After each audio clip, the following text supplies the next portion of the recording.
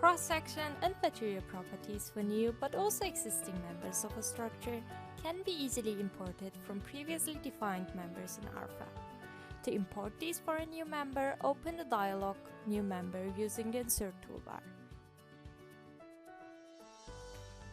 Then click the Select Member and import its properties to the dialog box symbol at the left bottom of the dialog box.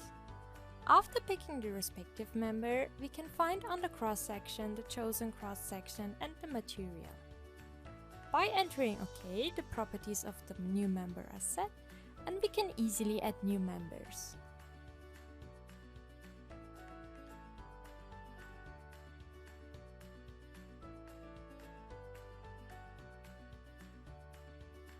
To change the member properties of already existing members, open the Edit Member dialog box by double-clicking on the chosen member.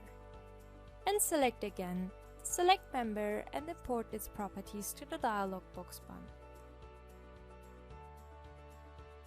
By choosing again the respective member, the properties are quickly taken over, and by entering OK, you can see the changed properties of the beam. Thank you for watching, and if you liked this video, don't forget to like and subscribe.